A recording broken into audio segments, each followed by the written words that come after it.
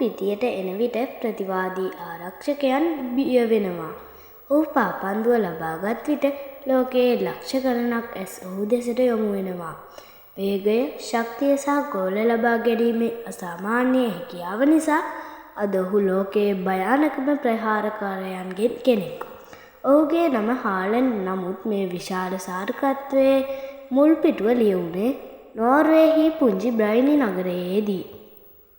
අපි දැන් Google Earth හරහා නෝර්වේ වෙත ගමන් කරනවා.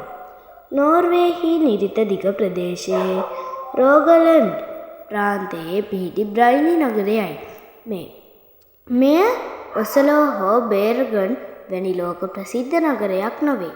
නමුත් මෙහි තියෙන්නේ අලංකාර ස්වභාවයක්.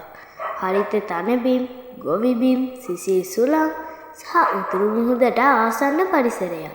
මේ නිහඬ පරිසරයේ තමයි ලෝක පාපන්දුව වෙනස් කරන්න යන දරුවෙකු හැදී වැඩුණේ. හර්ලන්ඩ්ගේ පාපන්දු ආරම්භය.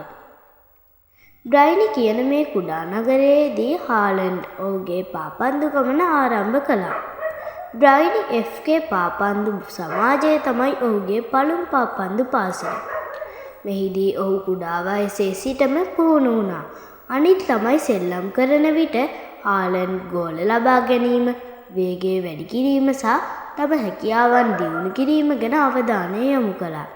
එදා මේ කුඩා ක්‍රීඩාංගණයේ දුවපු දරුවා දවසක ලෝකයේ විශාලම ක්‍රීඩාංගණවල දහස් ගණනක් ප්‍රේක්ෂකයන් ඉදිරියේ ක්‍රීඩා කරයි කියලා කවුරුත් හිතන්න නැතුව ඇති.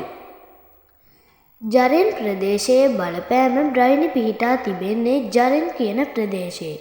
මෙම ප්‍රදේශයේ නෝර්වේහි විශාල කෘෂිකාර්මික ප්‍රදේශයක් ලෙස ප්‍රසිද්ධයි. මෙහි ජීවිතය සරල, නගරයේ කලබල නැහැ. ස්වභාවය සමග ගත කරන ජීවිතයක්. සමහර විට මේ පරිසරය හාලන්ඩ් තුළ තිබුණු නිහතමානී බව සහ දැඩි උත්සාහය ගොඩනගන්න උදව් වෙන්න ඇති. ලෝකයේ තරුවක් වුණත් ඔහුගේ මුල් මතක තවමත් මේ පුංචි නගරයේ සමග බැඳී තිබෙනවා. අවසානයේ අද එර්ලින්ග් හාලන්ඩ් ලෝකයේ හොඳම පාපන්දු ක්‍රීඩකයන් අතර සිටිනවා. නමුත් ඔහුගේ කතාව අපට මතක් කරන්නේ වැදගත් දෙයක්. විශාල සිහින ආරම්භ වන්නේ හැම විටම විශාල ස්ථානවලින් නොවේ. සමහර විට ඒවා ආරම්භ වෙන්නේ ලෝකයේ නොදන්නා පුංචි නගරයක කුඩා ක්‍රීඩාංගණයකින්. මේ තමයි එර්ලින්ග් හාලන්ඩ්ගේ සිහිනය ආරම්භ වූ බ්‍රයිනි නගරයේ කතාව. ඔබටත් මෙවැනි ලෝකයේ අමුතු ස්ථාන Google Earth හරහා ගවේෂණය කරන්න කැමති නම් අප සමග රැඳී සිටින්න ස්තුතියි.